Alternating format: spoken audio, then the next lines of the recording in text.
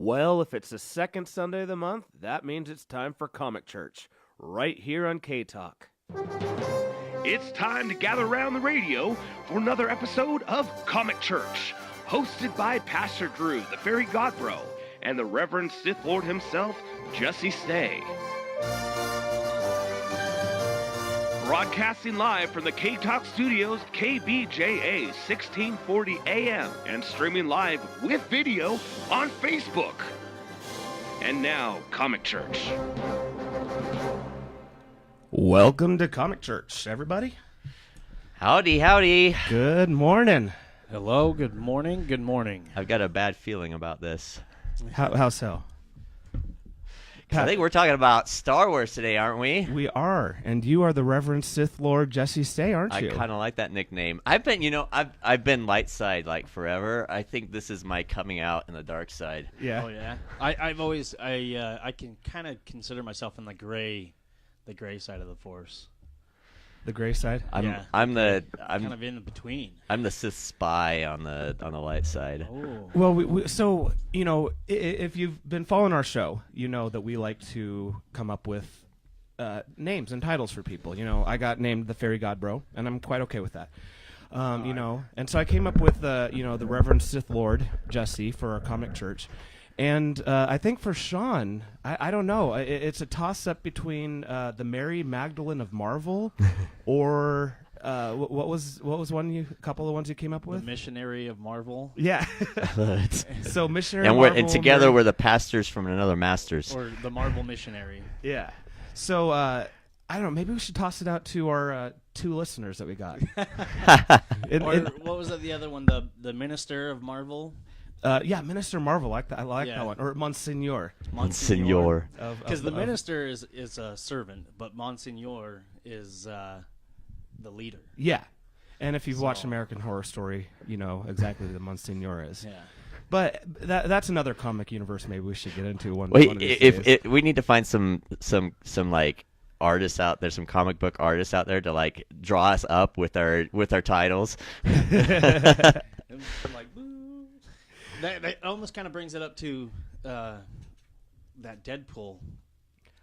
Did you poster? Did you see Yeah, that? Oh, I know. I literally laughed when I saw that. So here's what I want to know: is Mormon Jesus is more? Well, maybe we should explain it first before I get there. Okay, go for it. So what it is, there's a famous picture of Jesus Christ coming down from the heavens That with the LDS Church commissioned a Seventh-day Adventist to paint. Yeah, and it's with all the angels coming down. It's like the second coming. He's coming down, and he is in the forefront of everything. And I mean, it's a very famous picture. I mean, a lot of people. I mean, I had a friend.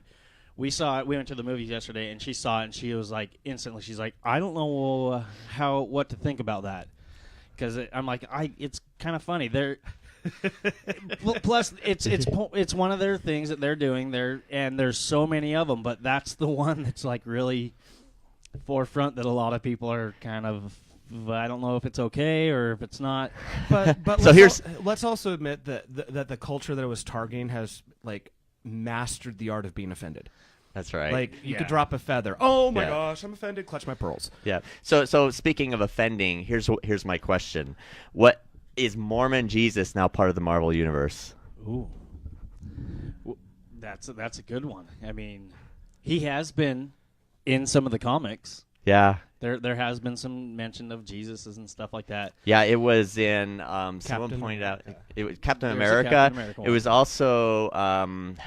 It was which is ironic because Ghost Captain Rider. America is playing the Jesus character in the Marvel universe. Oh, yes, that's right. That has been a relation to it in this next movie. There was a Ghost Rider as well when when Ghost Rider when Ghost Rider was playing one of the characters. He was playing basically Satan. Yeah. And a person or personage in the form of Jesus appears to him. So Jesus is also in that too. So but is that Mormon Jesus? So that's the big question. I think this is actually Mormon Jesus. Well, and what's funny about it, honestly, it probably would have gone unnoticed to Marvel and their people if Utah, and as we know, the Mormon Church didn't get into that whole Broovies Deadpool #2 issue, and that literally had to go to the Supreme Court, didn't it? Yeah, it did. It did. But even Ryan Reynolds backed that. He was one that helped donate a lot and everything like that, and so that was pretty good. So it was earned. It was attracted, and they knew exactly what they were doing, and it was kind of like, oh, you want to have fun? Okay, we can play the game too. Yeah. So is this a nationwide campaign, or did Utah mostly see this? I think they released 4 different posters, and that was one of the 4, wasn't it? I've seen several. Well, fans have started making their own now. Oh, that's probably. I've seen a lot of those because I've seen one where he's holding the Aladdin lamp. Yeah, and then there's another one where Deadpool's appearing before the Nephites. I have not seen these ones. Yeah, so there's a whole fan making up with Mormon themed artwork, and it's hilarious. Well, and then there's the Spider-Man that had CES letter on his branding. Was scandalous. that was scandalous, but because I've seen some of the other Deadpool ones where there's obviously the one where he's on the horse with Fred in the back behind it, and then there's another one where he's Mary Poppins. I mean, the ones where he portrays and they put him into there was the one where they did the Logan. They redid that one, and they do a lot of these famous posters, but they just throw Deadpool into it.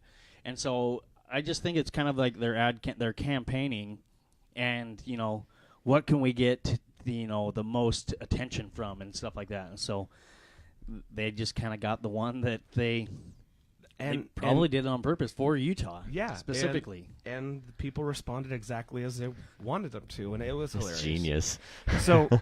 So in the same vein of the Marvel Universe, did you guys see that amazing trailer come out today?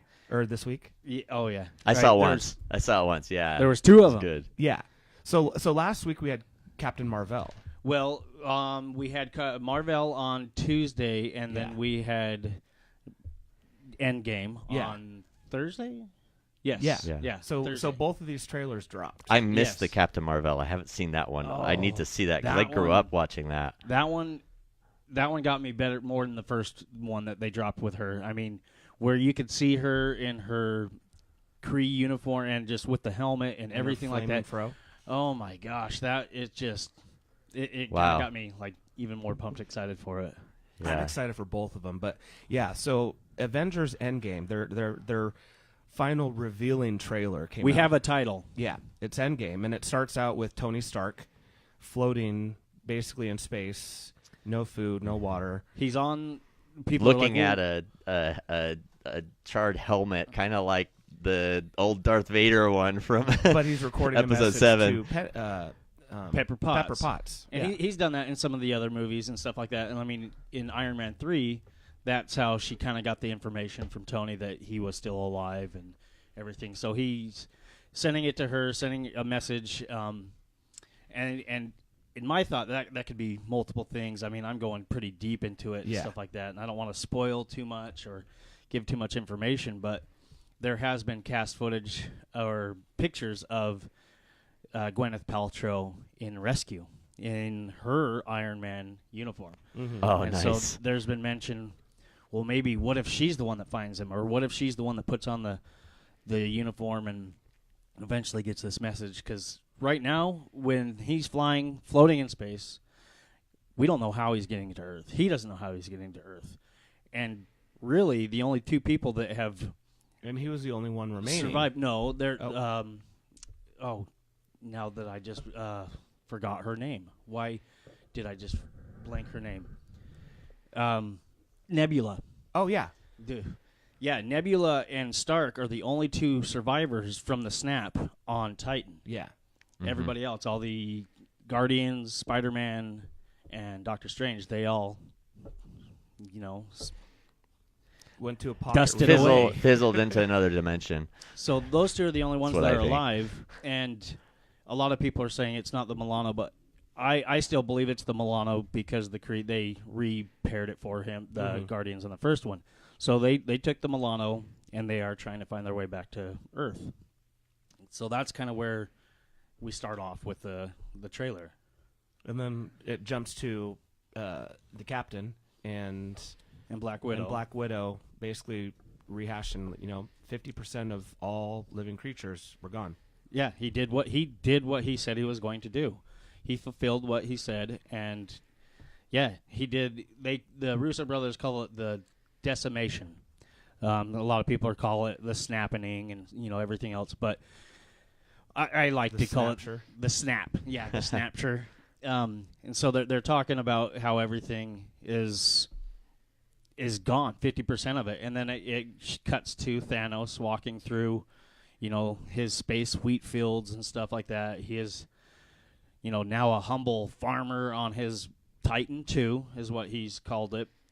He even put his armor up as a scarecrow, and that's straight out of the comics.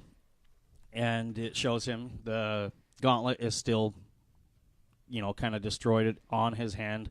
I don't know if it's still fused. He can't take it off. But and then we have that big reveal. Ant-Man at the very end somehow gets out of the quantum realm. And that is a big thing too.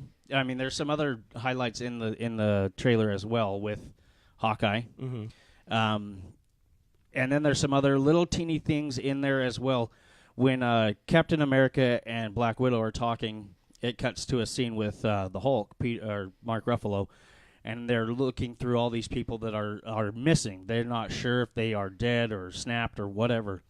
One of them shows Ant-Man, and it shows that he's missing. One shows Shuri, Black Panther's sister, and they're that one's the one that's kind of confusing a lot of people because she was around. They don't know if where she is. And then the other one is Tom Holland, Peter Parker. The thing is, we know he didn't feel too good. Mr. Yeah, Stark. he is gone, but the thing is, they on Earth didn't know that. They didn't know that he got on that ship with Tony Stark and went into Titan. So they don't know that. And so when he shows up, Ant-Man shows up at the gate, they're like, is this an old message? Is it what's going on? And actually, I don't know if I want to spoil too much. In the top left corner of it, it shows that it's archive. It's an archive footage. And I don't know, this is too much speculation. Don't go into this. I'm not, this is just theory. This is just my guesses, my thoughts. It says archive.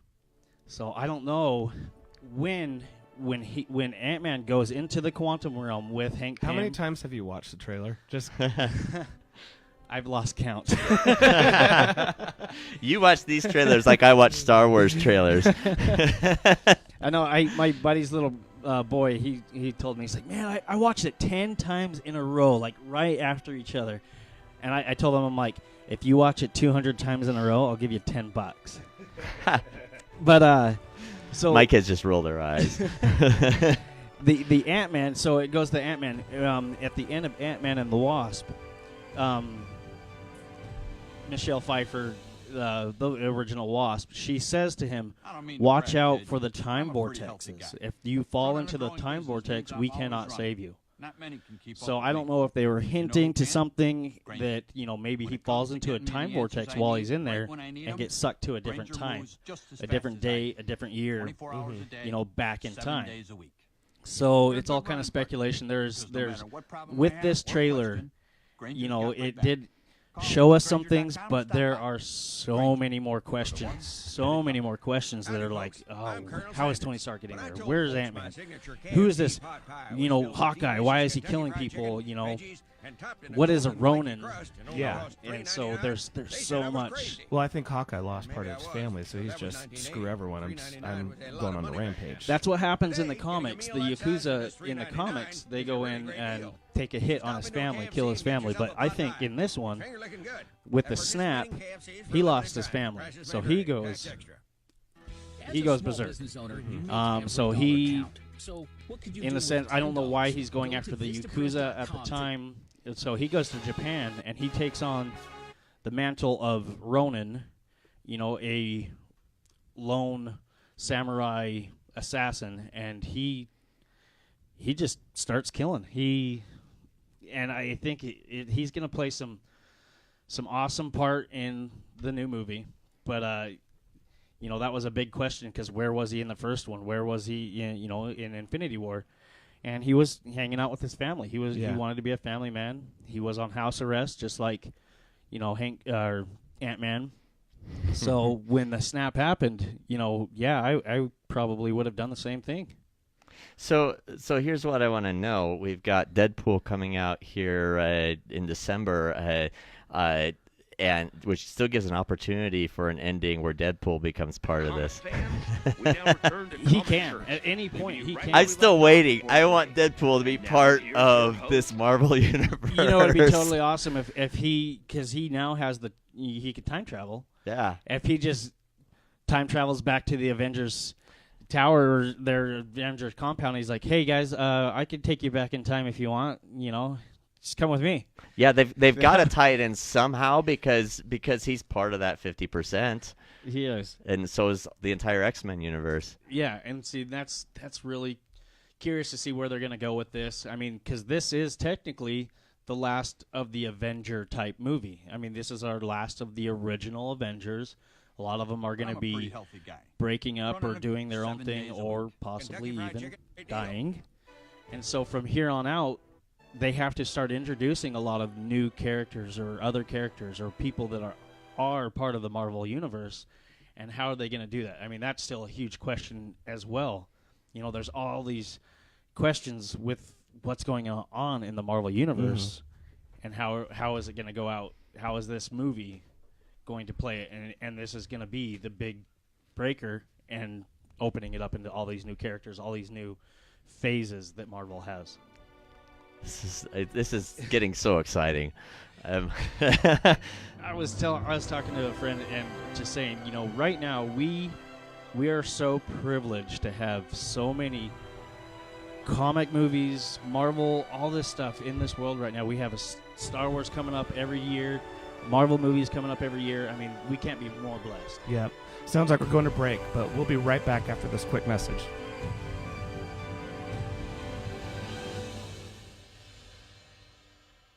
I don't mean to brag, kid, but I'm a pretty healthy guy. Running a growing business means I'm always running. Not many can keep up with me. But you know who can? Grainger. When it comes to getting me the answers I need right when I need them, Grainger moves just as fast as I do. 24 hours a day, 7 days a week. They're a good running partner, because no matter what problem I have or question, Grainger's got my back. Call clickgrainger.com or stop by. Grainger, for the ones who get it done. Howdy, folks. I'm Colonel Sanders. When I told folks my signature KFC pot pie was filled with delicious Kentucky Fried Chicken, veggies, and topped in a golden flaky crust and only cost $3.99, they said I was crazy.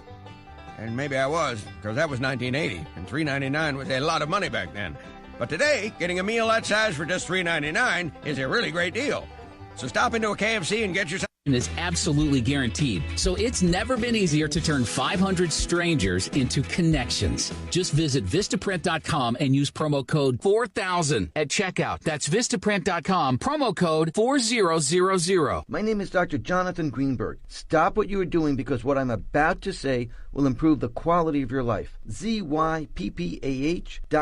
That's ZPA. It's Happy Z spelled backwards. ZPA is designed to be comfortable, affordable, and effective at eliminating snoring. I want to help you stop snoring. Go to ZPA.com and order now. ZYPPAH.com. Snoring is a serious matter. ZPA will conquer your snoring problems. Go to ZPA.com and order now. Welcome back, comic fans. We now return to Comic.Church, leaving you right where we left off before the break. And now here's your host, Pastor Drew the Fairy Godbrother, and the Reverend Sith Lord himself, Jesse Stay. Also joining us is the Mary Magdalene of Marvel, Sean Ray. Yes, hello. That's my favorite. So does that make me, Stan Lee's, paternal person? Because, I mean, I guess Stan Lee would be like the Jesus of Marvel. Or have helped create? I guess it would be like the God. He would be Father God that immaculately impregnated you. Oh, I don't know how I feel about that one. Thank goodness there's no hell in the Marvel universe. Well, Dormammu, there's a couple ghost stories. There's there's hell is mention what of you make it. Yes. So I just started a watch party on my own personal Facebook profile.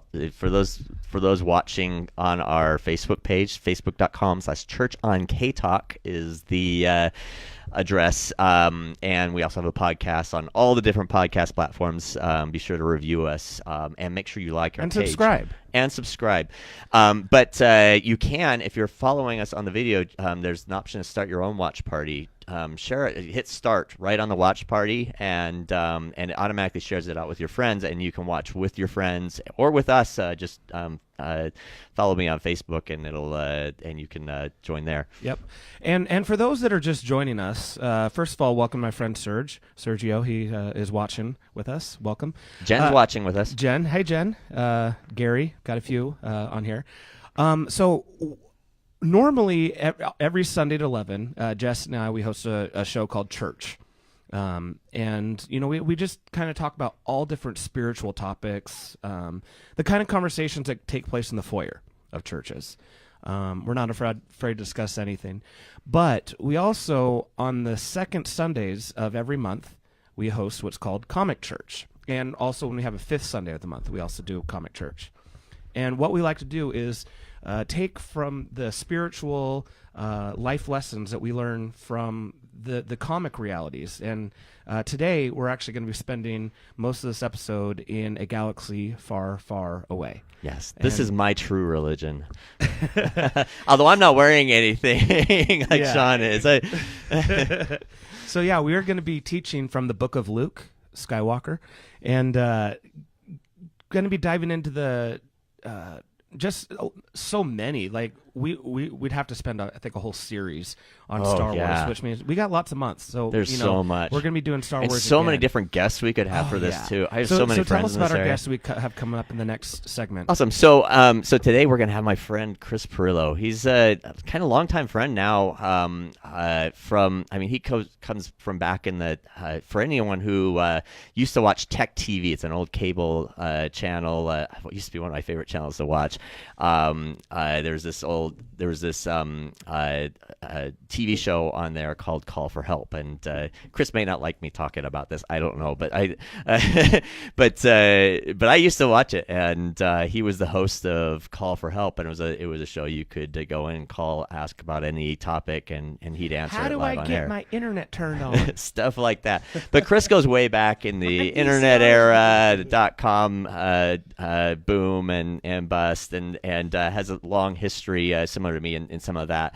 And he and I connected through a couple means and have been kind of friends for a while. And he's now doing his, but he in my opinion has one of the most incredible Star Wars collections I've ever seen. If you follow him, he's Chris Pirillo just about everywhere. And so follow him Facebook, Twitter, YouTube, Twitch. I think he's on a few others, but he is on all the internets and of late talks about Star Wars a lot and is very good at this topic, and I thought he would be perfect to have on our show. I'm excited. So yeah, he's going to Skype in our next segment. Yeah. And and he's working on a new stealth startup, he said, which I don't think he's going to be able to talk about, but he's one worth watching because he's always got something really cool we're in the works. excited about that. I've always thought that I knew quite a bit about Star Wars and everything like that, but then there are those people out there, and I find these people, and it's like, I know nothing compared to you. I've known guys that could go in and tell you who has more power, what guy has more, who's lightsaber. They like go into depth with some of these things, and I was just like, I no, you got it. You're the master of this. I feel like I don't know anything of Star Wars when I come up to some of these people that know so much and have so much knowledge of it. There's always someone that knows more. That's the thing. It's like I'll find someone that like, oh man, this guy just knows everything, and then I'll find someone that just blows that person away. Yeah, it's crazy. And the thing is, like you said, there is so much knowledge about Star Wars. I mean, this isn't just like a planet, this one thing that's going on. It's got a whole galaxy. There are millions of planets alone that are in the Star Wars galaxy. that you can talk a whole story on and everything like that, that you could follow one person around and have so much knowledge or information about what they do and where they are, and not even talk about the Skywalkers, not even talk about, any of the Mandalorians or anything, because there is so much out there in that galaxy of Star Wars. There is. So as we're going to get into this conversation, I want to hold up a book here. In fact, we'll put it in the comments section. But Joseph Campbell, The Hero with 1,000 Faces. There, I got it centered. I love this book. I read this book in college the first time, and it is an amazing book that opens up your perspective on literature, movies, scripture, everything. And the premise is that through all of our literature and stories, there's the same story arc that repeats over and over again, and that's the hero's journey. Mm-hmm. And Joseph Campbell just really breaks down. And the thing is, what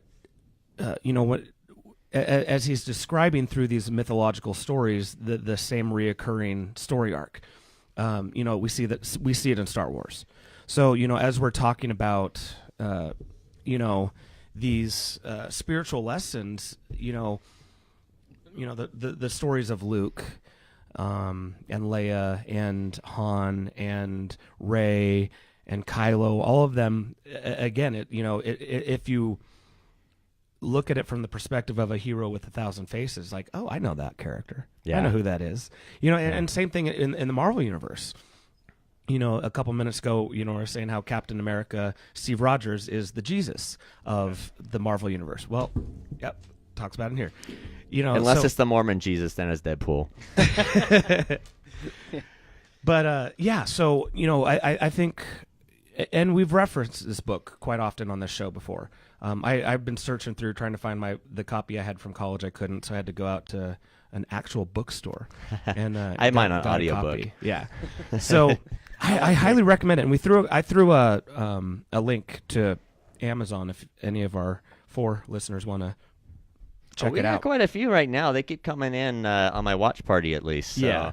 I don't trust the number that Facebook has up on that thing. It always lies. But so yeah, should we just start diving into the good word? It's like, where do we want to start? Yeah, where do we start? Though, so, what do we have coming up on Star Wars right now? There's not a whole lot of information. I mean, they're really trying to keep Episode 9 quiet. I mean, that's the thing, is there's so much which is rare that needs to be even opened and told. I mean, I think there's still this whole thing with who's Rey's parents. Mm-hmm. Are we going to go back into find out who Snoke was? Are we going to go in and what's going to happen Rey's with Rey's parents? So it's kind of like Mary Magdalene. It's going to be like Anakin. I think it's a repeat of. I have this theory. And it still works after the recent one, but I think Rey is a reincarnation of Anakin in the feminine form. That has been one of the thoughts, theories, and stuff trying like to that. rebalance, But the thing is, rebalance and correct the mistakes. There still needs to be a mother. Well, yeah, so she has one mother. Who? And that could be a lot of things and stuff like that. I want her kind of to be a Kenobi myself. Mm-hmm. And then there's a lot of the thing, Carrie Fisher. What's going to happen with that? I know that they did film a lot of her scenes or extra scenes in Episode 8 that they're going to try and cut into the 9th one. But she has to go out in a blaze of glory. She has to just go out and just totally decimate and be a rebel. Mm-hmm. Yeah, and what's cool is they can now bring her back entirely if they wanted to. Just a quick story on the ethics of that. So and her family kind of has something to say with those, and so it's kind of like still on that fine line. Well, it's interesting because I mean George Lucas has been interested in this idea for some time. Back in the day when I'm trying to remember the name of the company, but they were one of the only 3D graphics, 3D animation companies in the world at the time, and they're based here in Utah, and I'm trying to remember the name. And I knew some of the guys there, and they told me that George Lucas came in and visited them and said he was very interested in the idea of being able to scan any actor and bring them back to life in 3D entirely into a movie. And he said that the future that he saw was a future of movies where you didn't actually have to have the actors there. You just had to have a 3D representation of who they are. Yeah, the ethics of that is just I don't agree with that.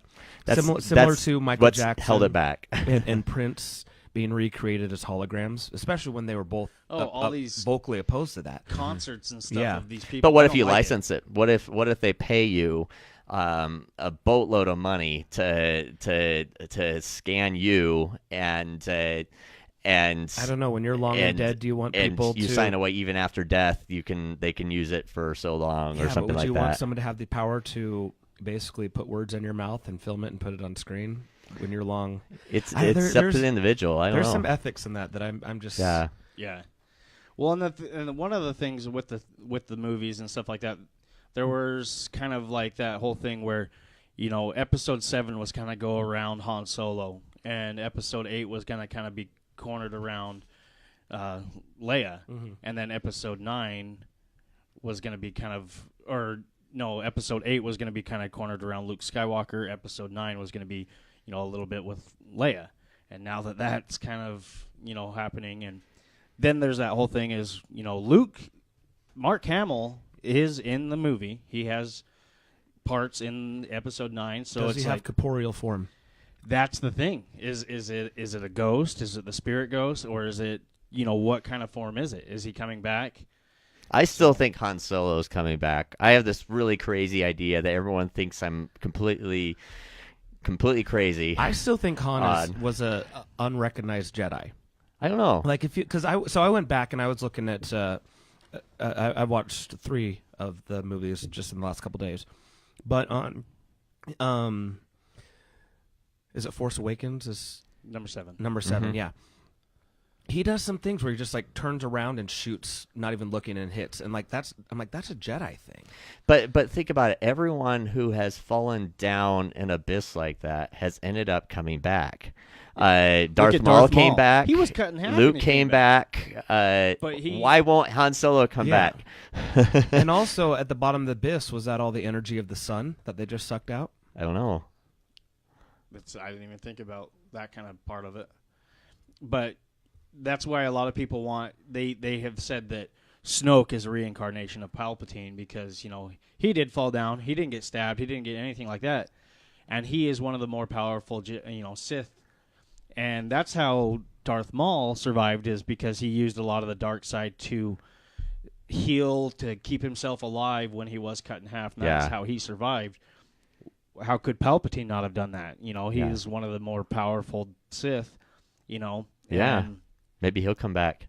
Look at Luke. Why not? And a lot of it depends on what's behind, what's under, at the bottom of that hole. What's down there. If it's true, I just want to be the first person who predicted it, because that's what I would be. But there's so much, and there's so much unanswered questions there. There's so much to do, and then this is going to be the last of the Skywalker saga. The whole, everything in that family. So where's it going to go? Who knows? This is Disney. They want to make more money. Yeah, there's too much money to be made on that, I think. They have too many characters to keep following. That's what George Lucas said. Family. Yeah. But so true. So yeah, we're headed to a break. There's music playing underneath us, which means we've got to pay the bills. But coming back from break, we are going to have Chris Pirillo joining us. So we'll be right back after this. When you're hiring, you want qualified candidates fast, and it can be hard to know where to find them. More than 3 million businesses use Indeed.com, the world's #1 job site. Whether you need entry-level or highly skilled employees, Indeed helps you find great talent and make the right hire. Indeed is offering new users a $50 credit. This is Matt with M&T Christmas Trees, 9000 South State Street, Sandy, Utah. We've been in business down here since 1984. We look forward to showing you off our really pretty trees, every size, every color, and every shape. And when I say color, I'm talking, you want a purple tree, a blue tree, you want a Smurf blue tree? No problem. Wooden reindeer, we have snowman to take home. Come on down, check it out. You don't want to miss out with your family. The fire's going, we'll leave the light on for you, so come on down, check it out. You'll have fun, and you'll have to even find the hot tub somewhere out there in the forest. The essence of sales is transferring enthusiasm to the customer. KTALK Media is looking for people who have an unabashed enthusiasm for live local radio and who would love to share the message of our station with businesses who would like to tap into our large, loyal audience. Do you want a fun, energetic, and rewarding position with a company that makes a difference? Then join our team and feel the love. Full, part-time, or anytime positions available with great compensation. Call us today, 801-253-4883, 801-253-4883, or go to ktalkmedia.com and shoot us a message.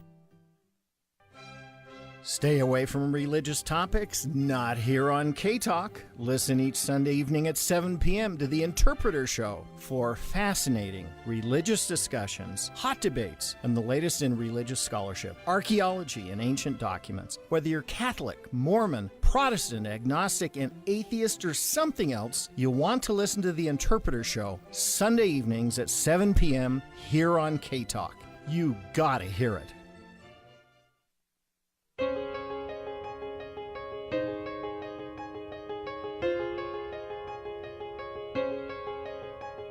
You could have bowed out gracefully, but you didn't.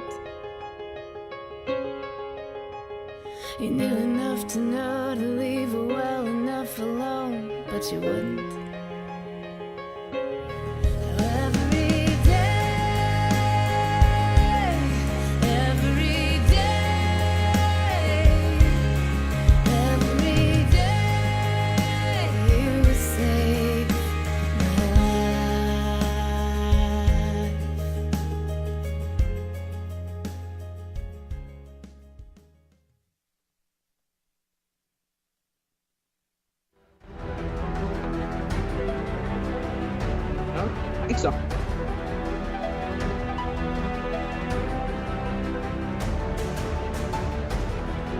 Welcome back to Comic.Church, right here on KTALK AM 1640, real local, two-way talk. And we're talking Star Wars. I'm so excited about our next guest. Me too. Chris, can you hear us? Is this working? Chris, can you? Yeah, I am here. Yes, and we can hear you. Yeah. Awesome. Great. Hey, Chris. It's been a long time. I haven't seen you in forever, and I mean we chat here and there, but it's really good to have you on. Yeah, well, it's like one of those things where, in the early days of the internet, everybody knew each other, and then of course now with social media, everybody knows everybody. So like we can go a year without talking and still see each other's feeds and kind of know what's going on, generally speaking. We're the original people that knew each other, though. Yeah, for sure. So, Chris, we are teaching from your favorite book of scripture, the Book of Luke, Skywalker, and the spiritual lessons from a galaxy far, far away. See, actually, it's the Book of Vader. I'm on the dark side. Yeah. I just got dubbed. I evidently I've been living on the light side as a spy because I'm now being called the Reverend Sith Lord. So I guess I'm now dark side.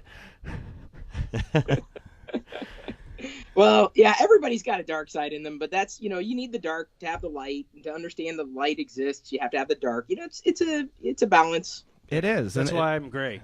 Yeah. I'm right in the middle. He says he's and that is a secret to life, is learning to be able to find that balance between both your light and your dark side. That's true. It's true. That's one of the reasons why The Last Jedi resonated with me, where it fell flat for a lot of fans. I understand Star Wars is fantasy, but it's always grounded in reality, and things don't always turn out the way you expect. And in our minds, we may have this idea that good is good and bad is bad, and light is light and dark is dark. But there are 256 shades of gray in between. It's true. So true. Yeah.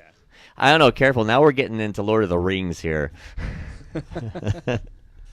One franchise to rule them all. That's right. So we were just talking about the next upcoming Star Wars Episode 9. Chris, what do you know about this? I know we know J.J. Abrams is directing. Are you? I know you like to stay away from the spoilers. So are you still doing that? I haven't paid attention, but no, you know? It's okay. It's one of those things where Star Wars is perennial for me, which is very frustrating right now because we're in the middle of a lull as far as like marketing is concerned. Especially it's Sithmas this time of year. Life Day has passed, so we're in the Life Day season. There's been an extreme lack of Star Wars stuff out there, but the things I have been following beyond just Episode 9, not really looking too deeply into the rumors. They just launched a series on YouTube. Star Wars Kids is the channel, and I swear to God, I do not work for Lucasfilm. But if they did offer you a job, you'd take it? Oh yeah, no doubt. There you go. They just launched Star Wars Kids, Galaxy of Adventures, these super short animated clips where they take the original film dialogue, and it looks like they're going from the episodes, well, all the episodes really, but the animation style is breathtaking. They just launched Lego All-Stars, which is a fantastic, I don't know if it's canon, but it's nice, filler backstory that shows an alternative point of view. It's really fun, especially if you're also a fan of Lego. And Jesse, hello. Oh yeah. So,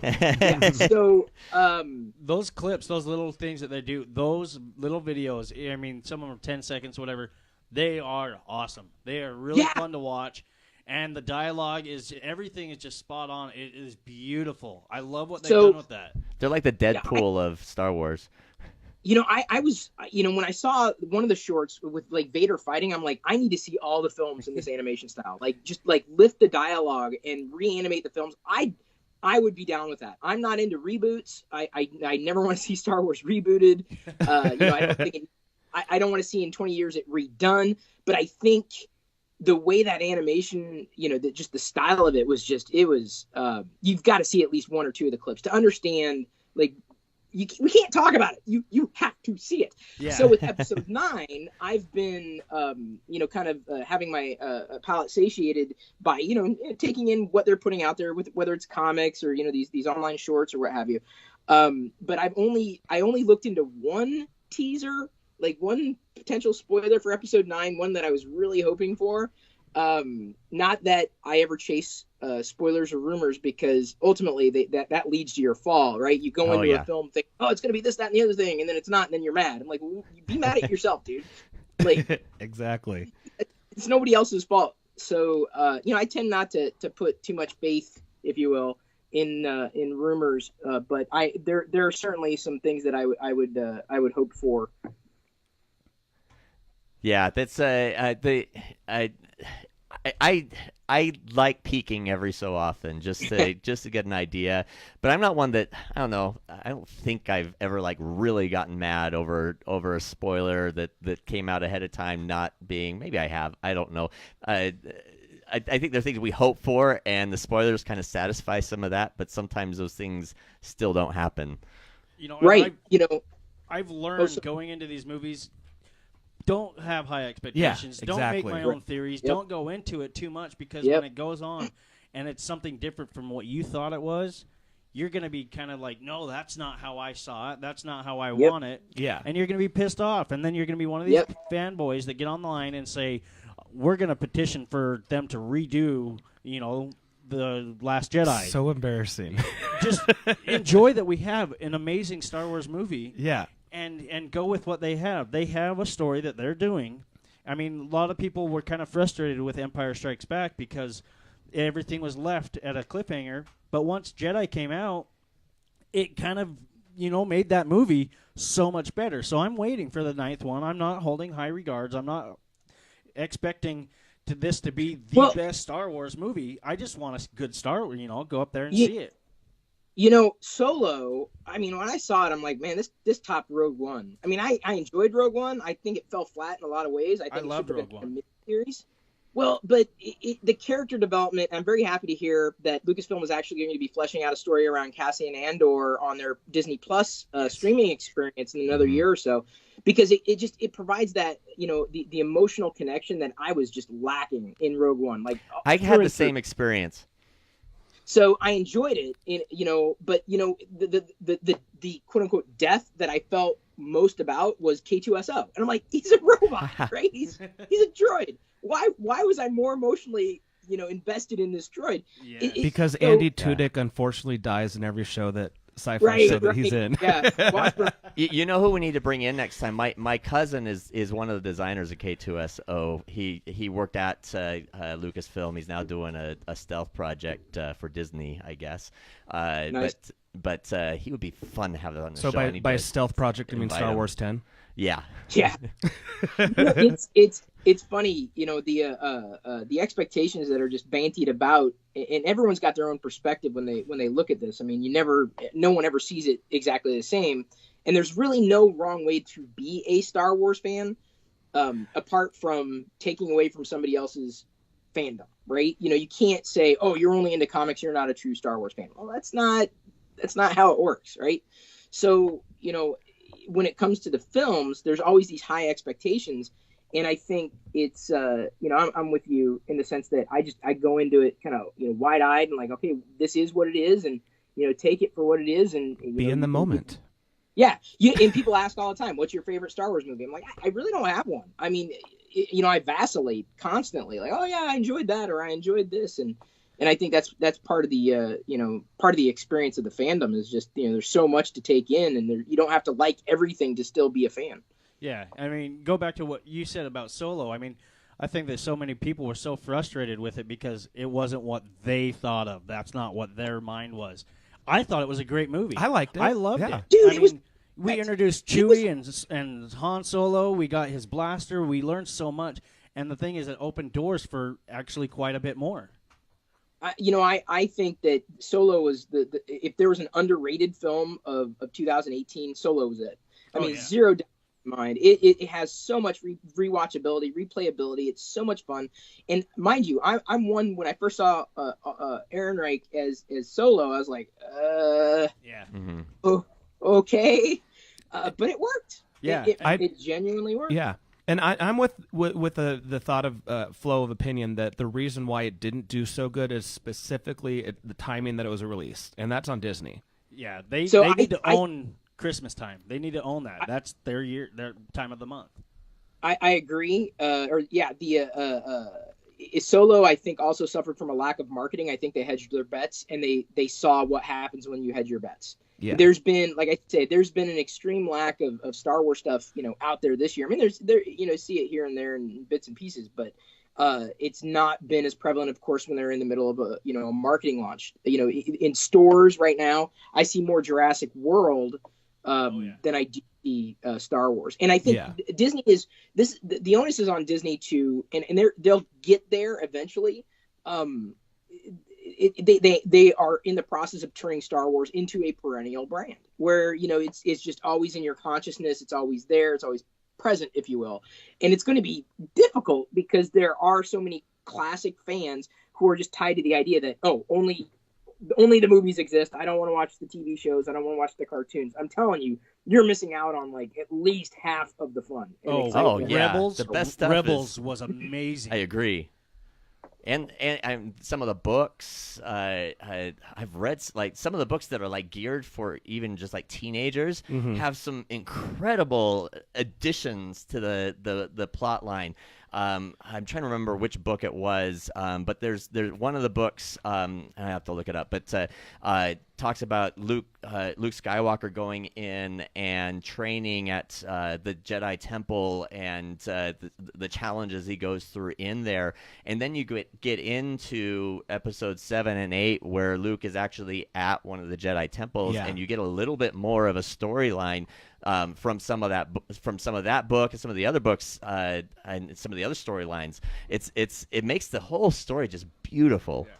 And there's also, I don't know if you remember, there was a 2-part Cartoon Network Clone Wars series of Star Wars, and that took place between episode 1 and 2, I believe. So, yeah, you can actually watch this. They were animated shorts, and there was a series of, I think it was 20 of them, but you can watch, someone basically aggregated them and put them into one YouTube video. There's two DVDs. I own the 2 DVDs. There's one part and the second part. But they're, like you said, there are little clips of it, and it's the animation done by Samurai Jack. And it reminded me when I saw those little clips that you were talking about earlier that they just did. That's what it kind of reminded me of. But that was the introduction to Grievous, and it showed how that his breathing and everything. And so, and it was one of my favorite. And some of the fight scenes are just awesome. Yeah, I think animation is a great way for the Star Wars universe to kind of expand beyond film. I'm very excited for the live action stuff, whether we're talking about the Cassian Andor series or the Mandalorian. Favreau is spearheading, and I the more I realize, I'm like, I enjoyed the Elf movie with Will Ferrell. I'm like, oh, that's Favreau. I enjoyed Iron Man. I'm like, oh, that's Favreau. I'm like, Jungle Book. It's like I'm in. Yeah, Jungle Book, right? Actually, that's one I have not yet seen, but that's one that with our daughter Jedi, we plan on seeing soon. That's awesome. So we're coming up to the top of the hour. You're gonna stick with us, Chris, right? Yes. So yeah. So we're when we come back, we're actually we've been geeking for the first hour, but when we come back after, we're doing a quick news break at the top of the hour as well. But let's get into some of the spiritual life lessons that we've gleaned from the galaxy far, far away. And yeah, my music should be queuing anytime here. I was looking at the wrong clock. So yeah, so we're really excited. And so if you're just joining us, we have Chris Pirillo. Yeah. And we are talking Star Wars. Follow Chris anywhere Chris Pirillo is. The name Chris Pirillo. We'll talk to him about that next. And then also at the top of, towards the end of the hour, in our next hour, we're going to be taking calls. So 801-254-1640, we're going to allow our listeners to share their favorite Star Wars spiritual experiences and such. So we're really excited. We got another whole hour of Star Wars coming up right after the top of the hour news break. So we'll be I can't talk. We'll be back 6 minutes after the top of the hour. Stick with us here on KTALK, AM 1640, real, local, two-way talk.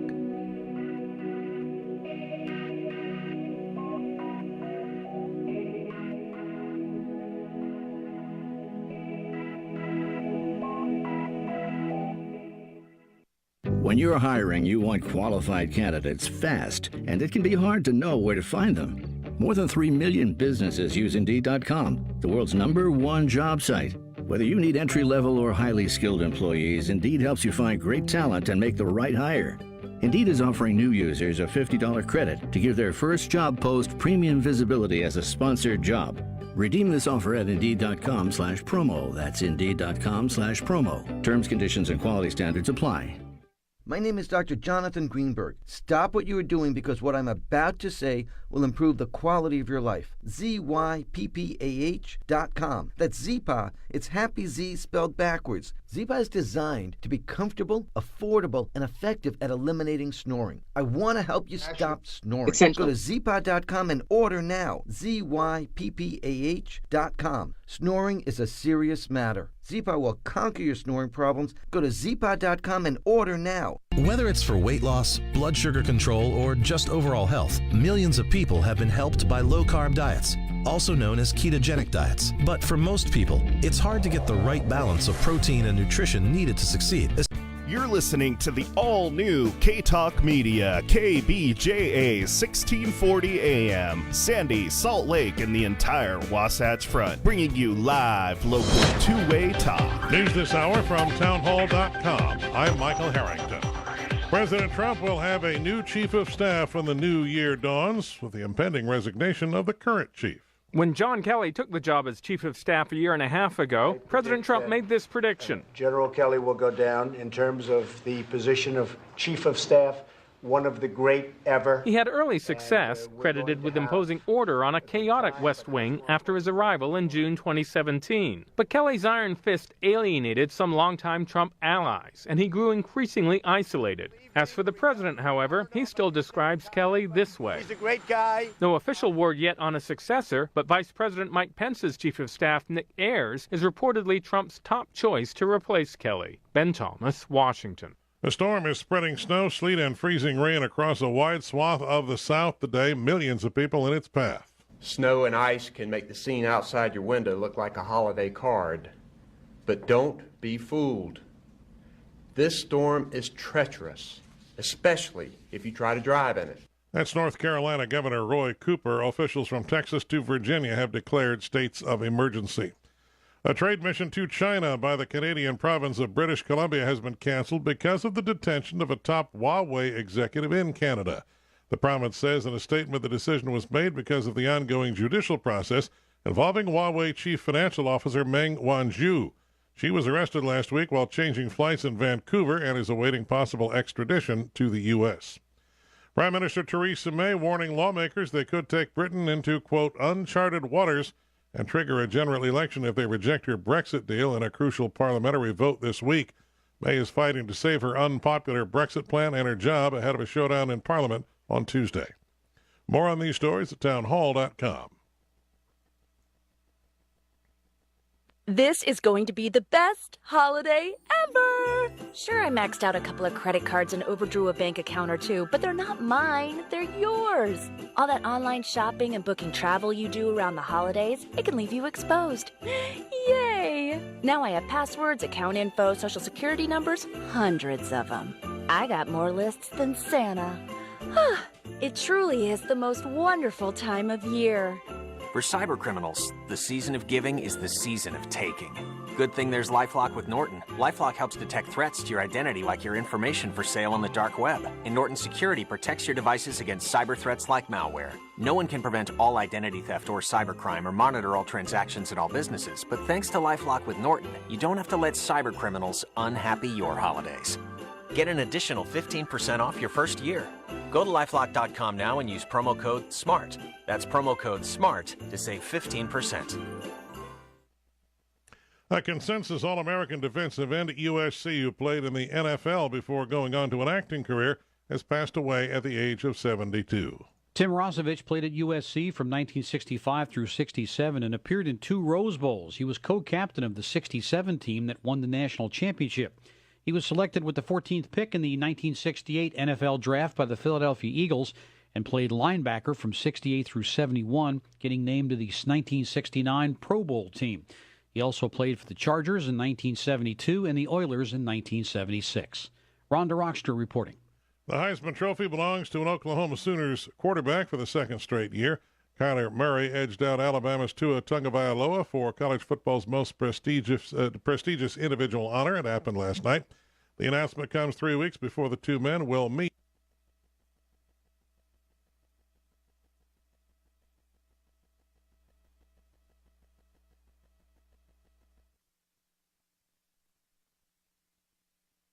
Olympus Insurance Agency, your local auto owner's insurance provider, trusted for over 60 years, is proud to sponsor the Festival of Trees. We put our clients first in every interaction. Festival of Trees, where every penny raised benefits children at Primary Children's Hospital. For more information, go to festivalofTreesUtah.org. You know, texting while driving is dangerous. That's not new information. Yet most people admit to doing it anyway. Drivers are 23 times more likely to be involved in a car accident while texting. Know the facts and wait to text. The danger is real and it applies to you. Auto Owners Insurance, the no problem people. Information provided by Virginia Tech Transportation Institute. Olympus Insurance, 801-486-1373 or online at olyins.com. Olympus Insurance, our clients are our priority. The essence of sales is transferring enthusiasm to the customer. KTALK Media is looking for people who have an unabashed enthusiasm for live local radio and who would love to share the message of our station with businesses who would like to tap into our large, loyal audience. Do you want a fun, energetic, and rewarding position with a company that makes a difference? Then join our team and feel the love. Full, part-time, or anytime positions available with great compensation. Call us today, 801-253-4883, 801-253-4883, or go to ktalkmedia.com and shoot us a message. Well, if it's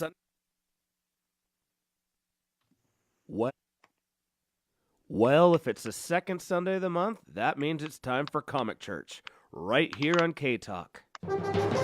It's time to gather around the radio for another episode of ComicChurch, hosted by Pastor Drew, the Fairy Godbro, and the Reverend Sith Lord himself, Jesse Stay. Broadcasting live from the KTALK studios, KBJA 1640 AM, and streaming live with video on Facebook.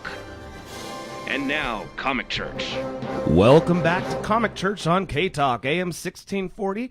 Our number here, we'll be taking calls towards the end of the hour, 801-254-1640. Welcome back.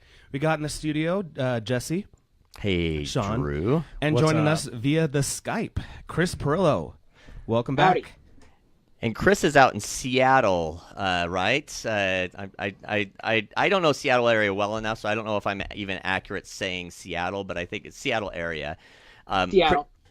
Chris, why don't you tell us a little bit about yourself and your background, anything you want to share of how'd you get into Star Wars and what do we need to know about you? So I've been an independent entrepreneur, a creative entrepreneur for about 22 years, and that means that I've been around since long before Skype, since long before podcasting, social media, any of this stuff, and have seen the industry, do what it's done. And I'm actually in the process of we're in stealth mode. I've got a startup where we're actually going to be starting to build tools for people like me, potentially people like you, us, creators who are looking for easier ways of doing their job, better ways of doing their job. And I understand this through and through because it's what I've done. So a lot of people have known me for the content that I've created, but in my heart, I'm an entrepreneur, and I understand the problems that we all face, no matter what it is that we happen to be talking about. I have understood technology not so much as a destination, but more like an enabler. So whereas most people might geek out over the latest phone, I tend to be more interested in what that actually does rather than what it actually is. So I'm not a gadget guy at all. I never have been, probably never will be. And that's, I guess how my career evolved is just my interest and fascination with what technology can do in terms of its transformative power that led me down the path of being an entrepreneur. And, really what I am working on right now, like I said, stealth mode is kind of the culmination of all those years in using technology to effectively pursue my passions. But for Star Wars, that's not so professional as much. I do have, I think I shared with the group privately, Star Wars Radar on Twitter, and that's just kind of like a fan feed of sorts. Granted, everything that I share anyway is going to be Star Wars dominated. In my personal feeds, you cannot separate Star Wars from me. It's never going to happen. That's why I thought of you. Yeah. It began really, I guess I saw, and I remember bits and pieces of seeing Star Wars first run 2 weeks out in the theaters with my dad. I may have been about 5 years old. But it wasn't really until The Empire Strikes Back that I really kind of, got hooked, largely with the figures. So it was the AT-AT driver, which I still have behind me somewhere on a shelf. I have I guess a fascination largely because of that, the toy collecting and the imagination and where that took me. So these days when we have this abundance of, Star Wars media, some people feel that it's overkill. I'm like, no, you don't know what it was like to not have anything at all.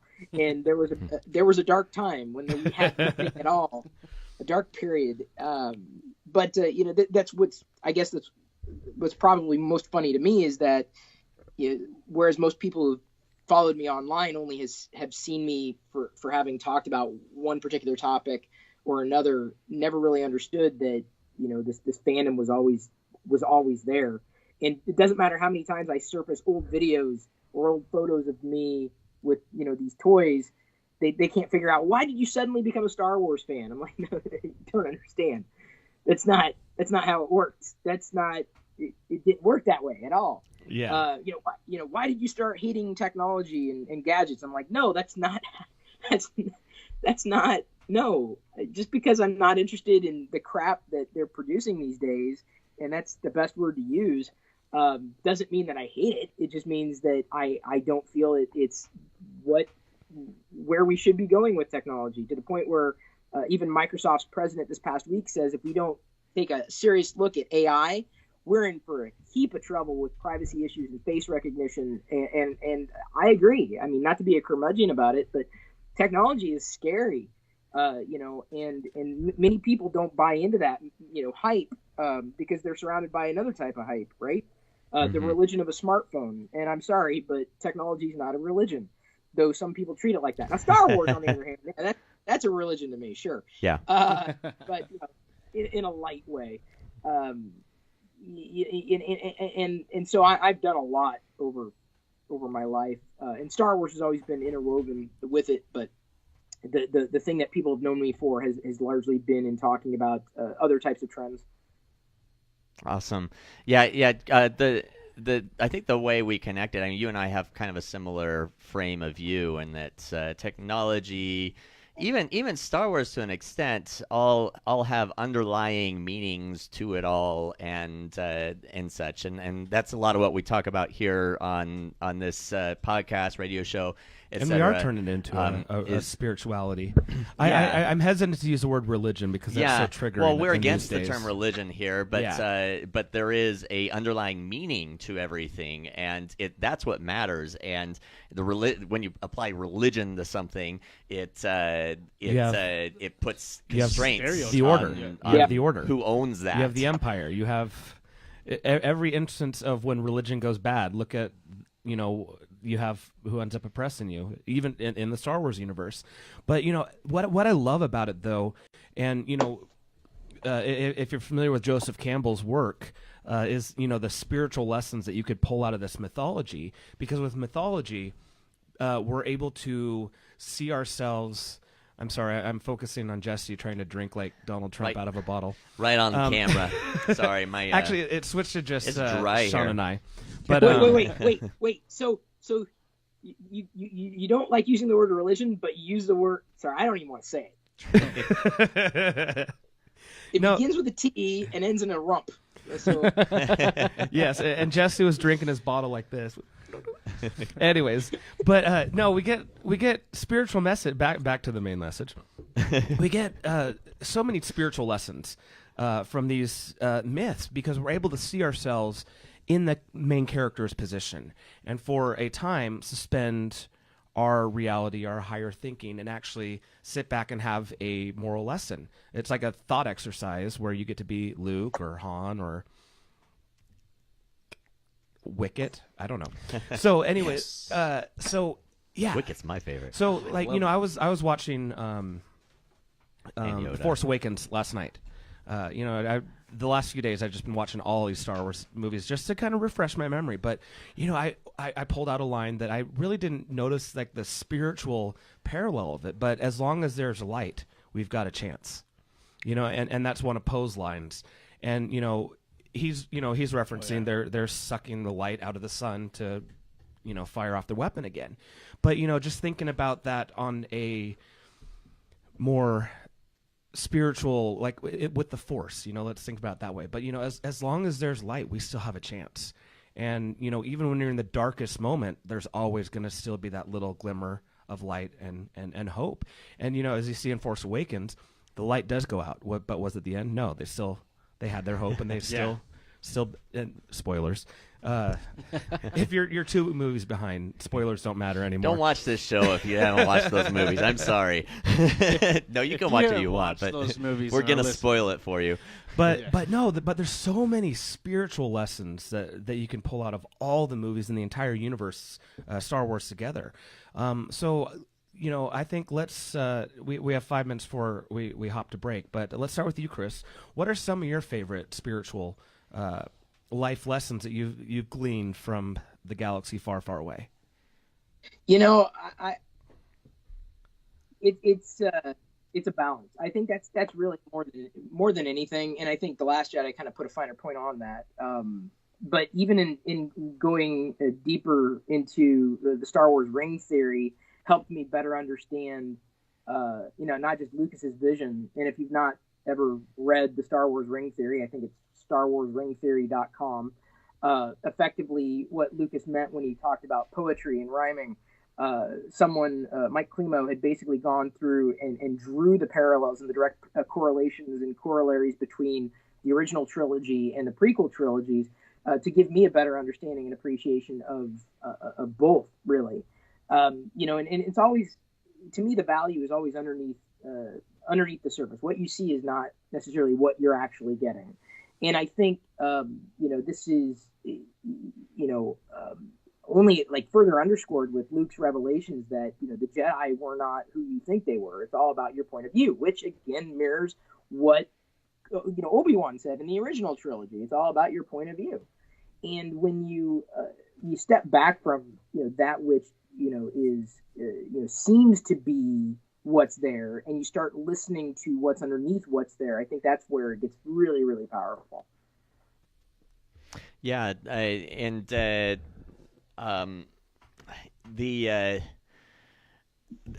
within, I think that's actually what makes the whole Star Wars saga universe so fascinating to me. Is and frankly all of the major epics out there is the idea that they relate to all of us.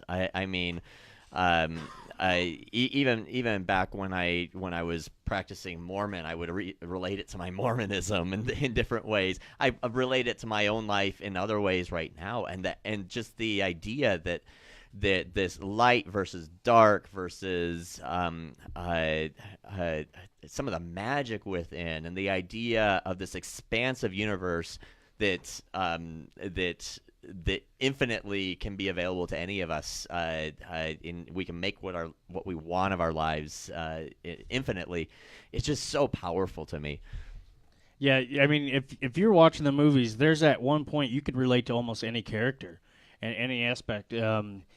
And because it is so broad, because there is so much in it, I mean, at one point you're struggling within, at one point you're struggling with what's going on around you, at one point you're just trying to better yourself. I mean, there's so many aspects and so many different types of ways to look at what's going on in Star Wars and be able to relate it to what is going on in your life.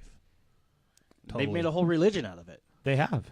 So, Jediism, Well, did they make a religion out of it, or did they base this movie off a pre-existing religion from old? That's the thing with George Lucas. Is he's taken pieces of different religions, not technically, but and it has created the Force. So the Force is a part of almost all religion.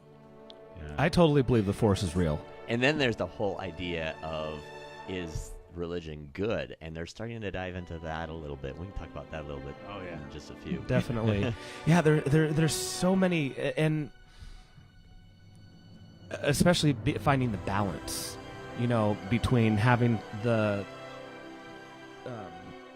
between light, dark. I love how there's the parallel to what's going on today with that as well.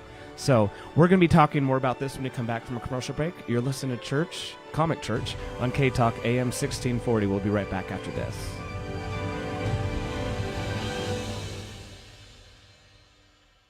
I don't mean to brag, kid, but I'm a pretty healthy guy.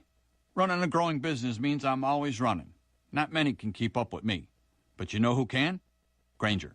When it comes to getting me the answers I need right when I need them, Grainger moves just as fast as I do. 24 hours a day, 7 days a week. They're a good running partner because no matter what problem I have or question, Grainger's got my back. Call clickgrainger.com or stop by. Grainger, for the ones who get it done.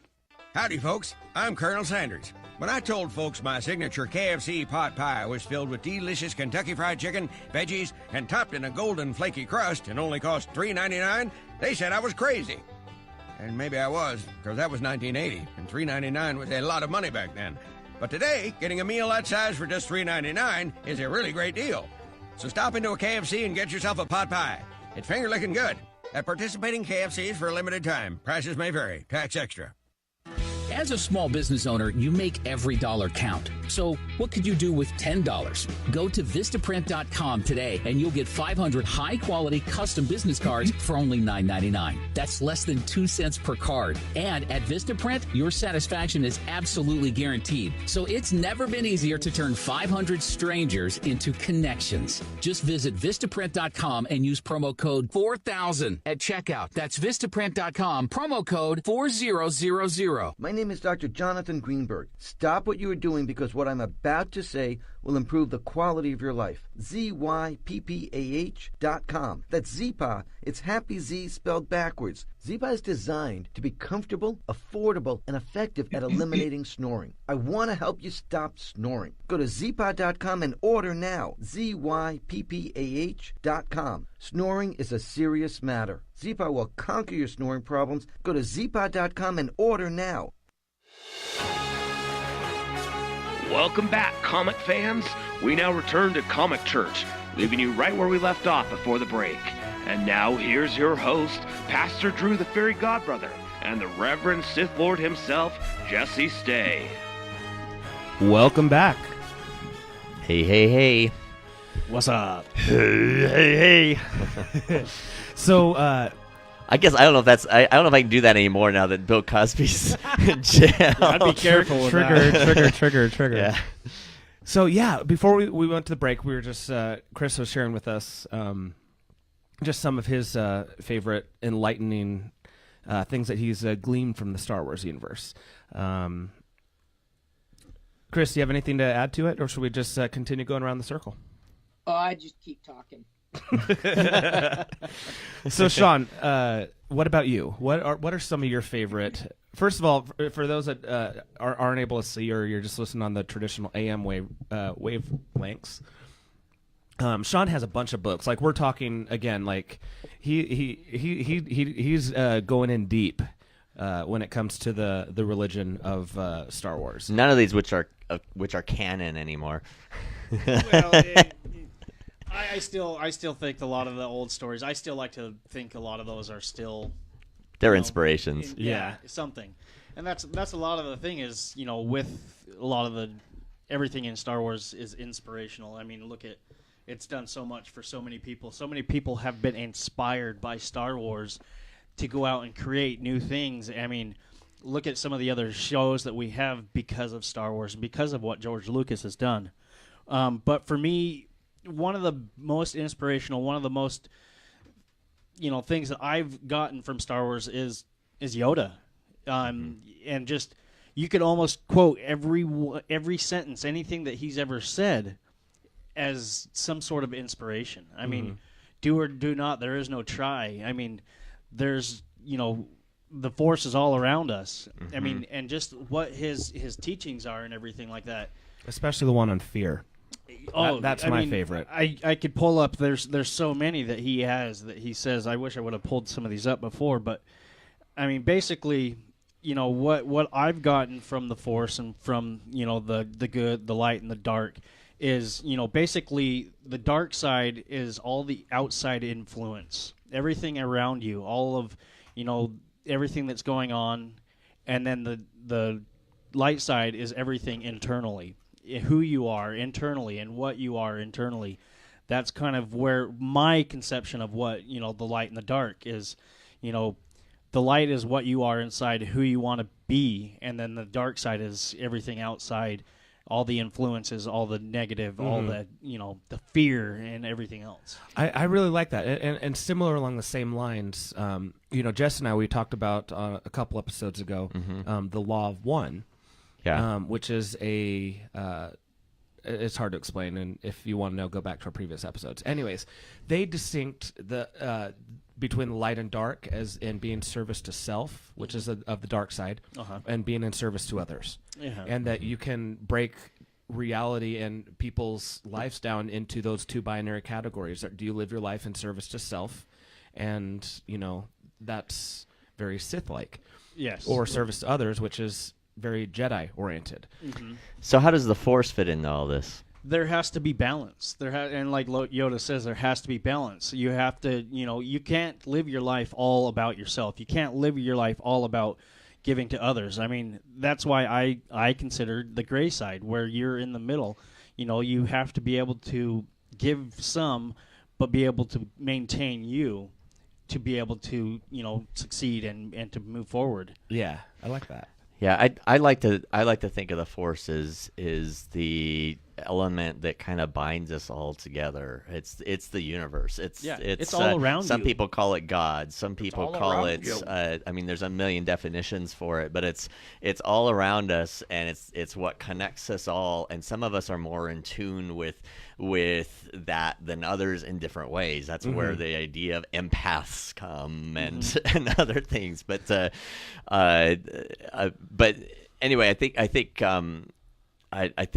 it's a really fascinating symbol of how we're all connected in one way or another, and whether that's quantum mechanically or psychologically, but or psychospiritually. Yeah, like as Yoda says, many of the truths that we cling to depend on our point of view. Some of the other ones is, in a dark place we find ourselves, and a little more knowledge lights our way. I could keep going. He's probably one of the more influential person that I've ever. So Yoda's your prophet. That's a good way to put it. Yeah, he's so influential, and that's what he says is. That's what you want to be. Yeah. Except I don't want to be a little green short guy. But I wouldn't mind being a little short guy. Chris, do you have anything you want to add to that? No. The only thing I was thinking, hang on just a second. This is the beauty of being on like a mobile computer here. Let me take you on a quick room tour, home office tour, where you get to see all the Vader stuff. Yeah. See if I can. Yeah. I was going to say, let's do a show and tell. Let me see if I can. Hang on. Oh, where is it? Come on, Chris. You know where it's at. There's a book, and I just got it, so I don't know if I've even filed it yet. It's called Be More Vader, and there's a corollary to it called Be More Yoda. So there's actually these, and of course now I can't find it. I can find like the Atari 2600 Star Wars cartridge. But, oh wow! But I remember that game. I know it's here somewhere, and I honestly I don't know where I have it right now, because I was going to show it because it'd be easier to show it to you than just talk about it. But unfortunately, I walked over here for nothing. So there's the tour. I swear. I have another book that I think it's one of the golden spine ones and it says everything you need to know in life I learned from Star Wars. And I love it. Stay on target, all that kind of. Yeah, they've got a whole series and they've remixed some of the art into like what you just mentioned there. Everything I learned in life, I learned from Star Wars. But they've done every film, and they've had like offshoots as well. There's a lot of that stuff. Easy, fun reading materials that I think applies to all ages. Good, beyond symbolism. Really good lessons. Yeah, for those that don't know Chris has one of the most incredible Star Wars collections I've seen, and you keep adding to it from what I've seen. You've given me the tour of your house, and I've seen that, but you've got a lot more since the last time I visited. Yeah, it grows seemingly on a very regular basis. Oh, I'm jealous. So I'm going to change the topic just a little bit. Maybe we can go back to this in a second. But what's your favorite collective piece? Okay, fine. I'm going to do it. Okay. So do it. I mentioned it earlier, the AT-AT driver. So I've got like a Focus collection here. Hang on. Of the AT-AT driver. I'm just going to grab him. This is the very first Star Wars figure I ever got. Got him for 99 cents at a store called Toys and More. No longer in business. This one right here. Like the first. Now, mind you, I went back recently, and some of those are my originals, but I went back and completed my vintage Star Wars figure collection. Those are baseball bat cases. That's as much of a sports fan as I am. That's a full line of the original vintage collection, including Yak Face, including Blue Snaggletooth, C9, C9 condition or above, complete with accessories or weapons. All the way through. So that's those. So this one stood out, of course. And he honestly, for as much as I used to beat him up, the AT-AT drivers probably in this one is still in relatively solid condition. So yeah, if you were to ask me, are all those behind glass? No, it's like plexi, whatever it is. No, I mean, in fact, I think Luke and Stormtrooper outfit, he's fallen over, and I haven't lifted the case to reset him yet because I'm afraid of what else is going to fall out. Everything. So those are the old original 80s, or are those the ones that were in the 90s? No. We're talking when we talk vintage, like you're talking the originals.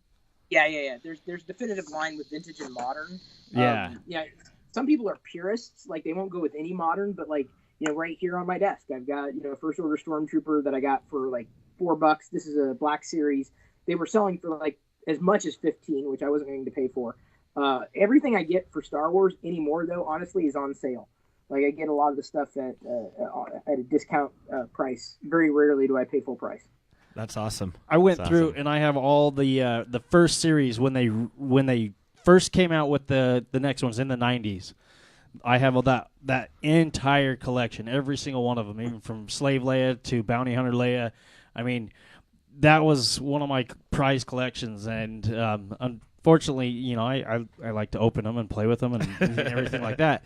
But I don't even remember where my originals, the vintage ones, went. I mean, I was so young when those were around that they're probably in the dirt somewhere still in California.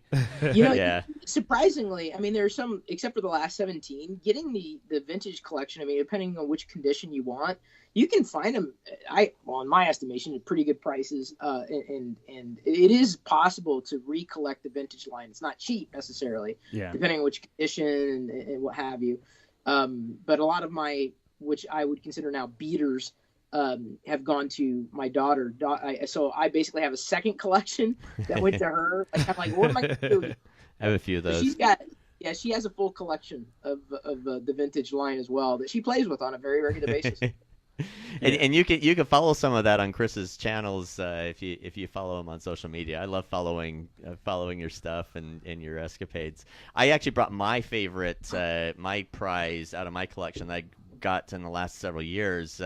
I got, and I'm showing it on video. It's kind of shown for a while. It's this copper Yoda that I got from Lucasfilm. And it is number 144 out of 250. They sell it only in the Lucasfilm employee store. I got it when my cousin gave me a tour. They were selling it for a couple hundred, I think. Again, the employees only, and they don't. You look on eBay, you don't find the stuff from the employee store on eBay. No, that's solid. That is impressive. It's heavy. Yes. And it's a replica of what is the statue of Yoda outside of Lucasfilm. It's just so beautiful. I love this. I keep on guard. I have actually some stuff. It's in my car, so next break I'm going to run out and grab some. I have a bunch of Funko Pops, actually, of Star Wars, and it's probably one of my favorite ones, with the Jabba and the Rancor and, some of those. So I'll bring those out next break. Awesome. Yeah, and Chris also had, I mean, you've got some great art. I actually brought some art from a local artist that I wanted to show just real quick, and she hasn't paid me or anything, but I love her work. Her name is Naomi Kundik, and and you have to give me first dibs on original artwork, but you can buy the prints because I buy all our original as much as I can. But let me see if I can get this here. So this one right here is Boba Fett, kind of as the Buddha meditating here. Push it over just a little bit. I'm going to try to. I'll put it in front of my face here. Let's see if I can. There we go. Okay. There we go. Hopefully I'll knock that off. So Maomi Kundick, Cundick, is her name. Maomi is her first name. She does these great watercolors. She's got this one. I also bought this one here. Let me see if I can find it. So here's R2D2 in a similar kind of spiritual type pose. I love my droids, so this was really cool. She's doing one right now of Yoda. I shouldn't tell you about that one because I want to buy that one from her. But Chris also has a good collection as well. Show the first one again. I've actually centered the camera entirely on you. So Boba Fett. Oh, the first one. Yeah, the first one. Here we go.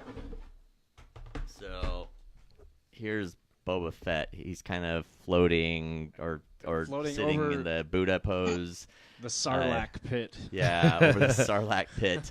It's kind of cool. And she has a whole series of these. She's got a whole bunch of them that I haven't had the money to buy yet. But I'm really impressed with fan art. Like when you go to like Comic-Con and stuff like that, and you just stroll down the fan art section, it's like, wow, like you should be working for like the actual like production companies, like the quality of it. So there's a lot of, I love just the fans alone, just a lot of like their kind of stuff. I mean, there's a lot of YouTube things. I just helped with a fan film called Shadows of the Force, and it looked pretty cool. And there's so many other little things out there, especially some of the people with their lightsaber work and some of the duels that they have on YouTube.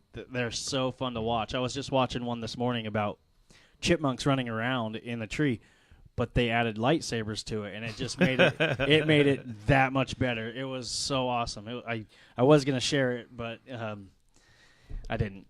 No, that's all right. So we got a few more minutes left in this segment before Chris is gonna hop off. But Chris, if you had in just these final few moments, what's your final inspirational Star Wars knowledge that you'd like to part us with? I think everyone's going to find their own place in the galaxy, and their own place, is going to be different from somebody else's, and your path is going to be a different path from somebody else's. And I guess to me, that is the crux of what Star Wars is. It mirrors very much our real life experiences, and not everybody has to be a Jedi to be powerful. You don't need to have these, to be able to wield the Force, to be able to impact the world around you, to push change, or just, you could view the Force, as differently. Everybody has a little Force inside them, whether or not they can move objects with their mind or not.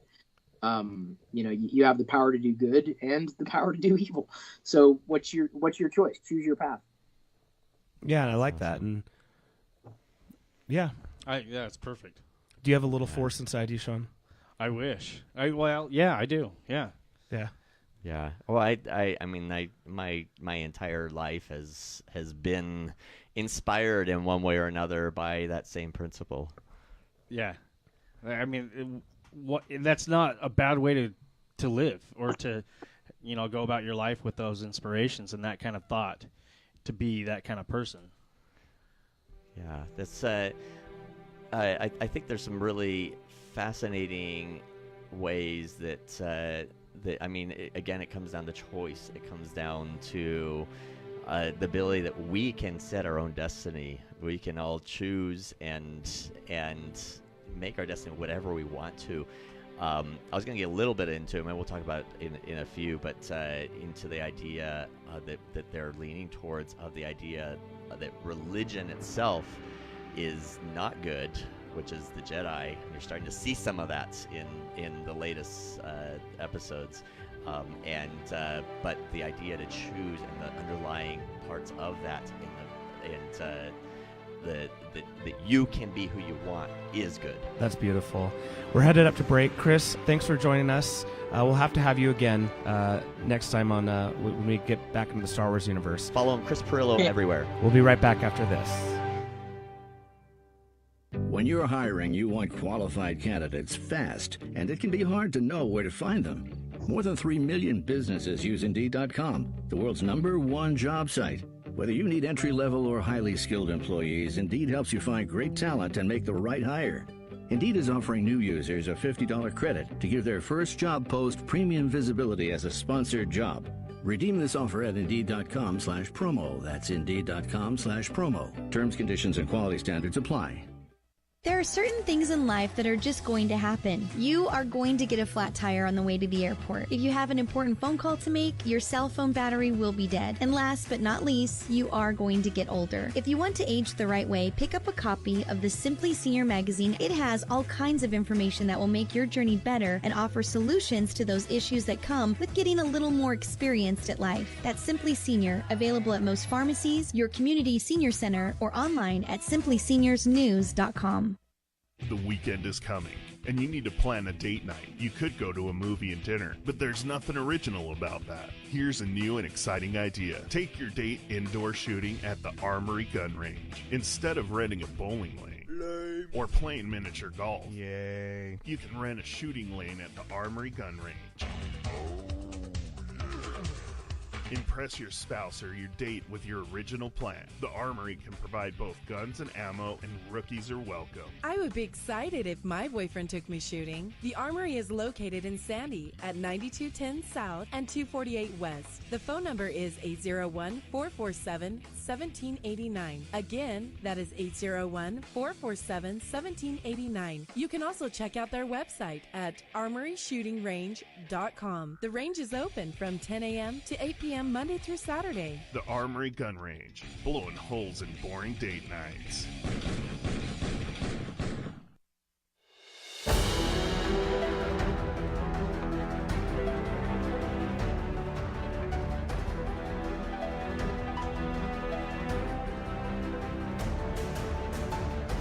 Welcome back to church, Comic.Church, on KTALK AM 1640. Real local, two-way talk. You know, I'm having a good feeling about this now. Yeah?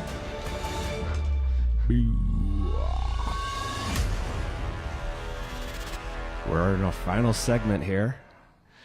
We've got the amazing star adventurous sounding music playing in the background. It's a shame we couldn't license actual John Williams Star Wars music. Well, you know, if Disney didn't fight to change the copyright laws that actually made them made them who they are, we'd be able to do that by now. Well, and that's really the shame. I mean, I own quite a few musical intellectual property, so I understand the need, you know, the musicians, the songwriters, they need to get paid.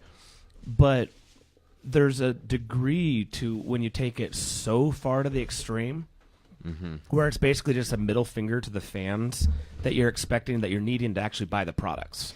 Well, not just that, but there comes a point where there is value we can get from older sagas and epics and such that we can apply to create new versions. That's how Disney came to be. That's how a lot of these things came to be, is they were inspired. Like Disney, for instance, utilized old copyright law that allowed, was it 20 years old content to be able to be reused in a form to make Snow White and similar. And in that allowed new technologies to evolve, allowed new content to evolve, and I think at some point we do have to let some of our content go to the overall public. But it also made room for a fan base to expand. Like prior to, you know, we'll just use Star Wars for example. Prior to Disney taking over, you know, Lucasfilm was pretty hardcore about maintaining control. But they still made room for their fans to, you know, create fan content and stuff like that. And, you know, then Disney came, bought it all up. Same thing with they did with Marvel. And it's like, we own it, we control it. If you're not paying us, you can't use it. And it's like, I don't think Star Wars would have the fan base that it has now if it began its journey under the same licensing restrictions it has now.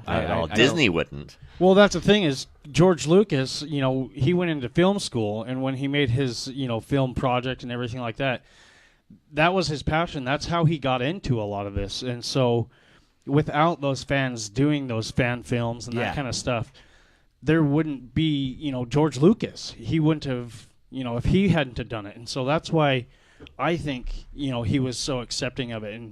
And actually said, yeah, I like it. I enjoy what people are doing. I enjoy the different input, the different ideas. So that's why it was accepting, I think, from him, because that's how he started. That's what, kind of started Star Wars with his own fandom, his own, doing his own films. The question is, can these things stick as long as there's a brand holding on to them? I mean, we look at that's how Disney started. That's how by being able to take these epics of Snow White and Little Mermaid and everything, can things like the Iliad, the Odyssey, and such happen when there is copyright law preventing people from sharing it? Yeah. Yeah. And then there's times where we can get oversaturated with some of these stories, these movies. I mean, Robin Hood just came out in theaters, and that's what? How many other Robin Hoods do we have? How many other Tarzans? How many other, like, those Freaky Friday type movies do we have? I mean, and it's all just a different take, a different aspect, a different outlook on how the story is going to be told. That's how legend evolves. Which, I'll put that over there. Which we talked about this, the hero with 1,000 faces. That's exactly, we're telling the same story, just putting different names to it, changing their hair color, but it's all virtually the same story. So, Sean, you on the break you ran out. We have the camera focused on you and your gear. So tell us about this. This was not planned. I just happened to have some of these. Just happened. I was moving some of That's these. That's the sign of a true geek right there. From my room to my storage. So these are just a couple of the Funko Pops. I collect these. It is one of my addictions. This is probably one of my favorite ones. I love Wicket. But me too. Wicket is probably my favorite. I loved it. Ewoks was my favorite as a kid before I realized the full Star Wars universe. Yeah. And even a lot of people don't even know that there's 2 additional Ewok movies licensed through Lucasfilm, George Lucas. I like those. I liked them. Sindel. Sindel. For the record, I still like the holiday special. Oh, I try to watch it every year. Thing? Yes. I have it on DVD at home that I ripped from YouTube.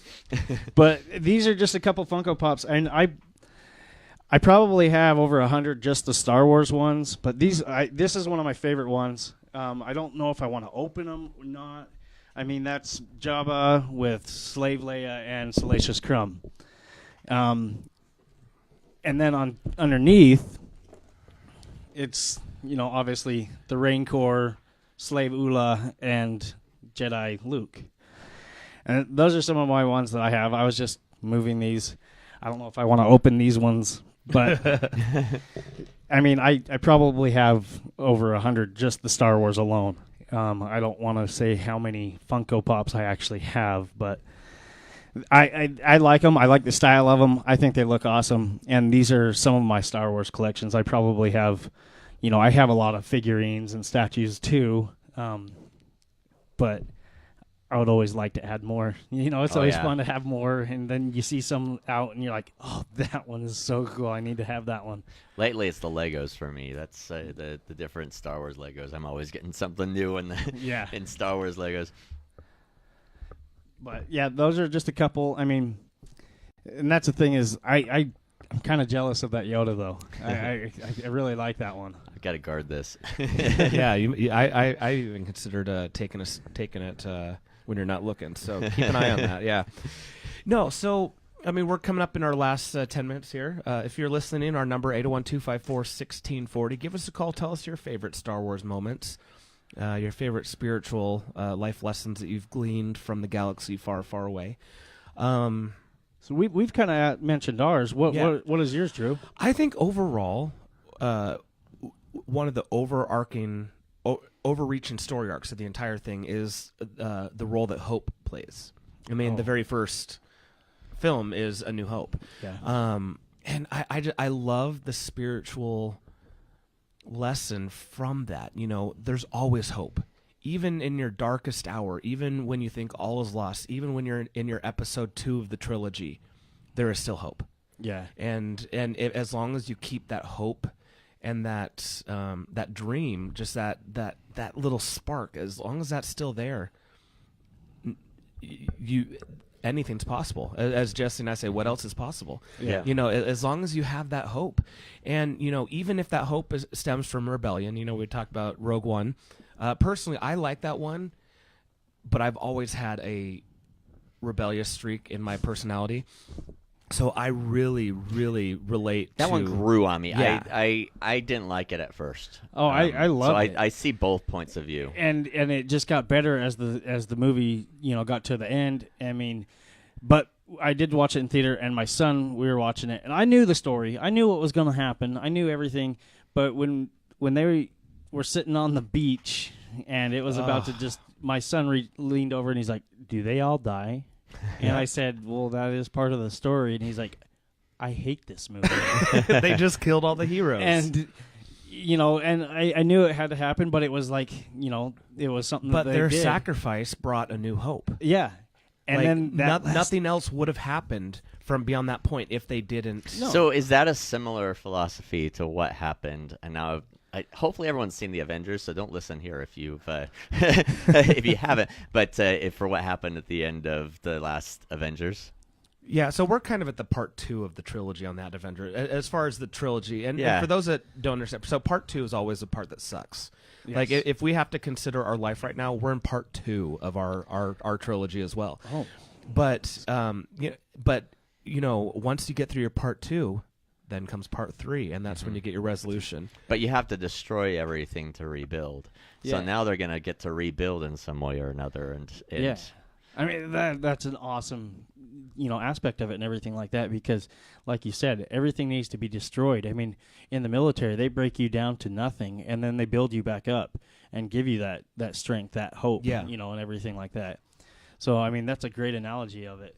Yeah, and I think that happens with almost any. If you're going through just a really horrible trial, let yourself get destroyed. Now, don't die, please, but let yourself experience that process, and then once you do that, it allows you to rebuild. Yeah. And I went through that with my divorce. I went through it with and recognizing that destruction isn't a bad thing. No, it's part of the cycle, and the cycle it is continuous. It's ongoing. That you can't rebuild unless you destroy.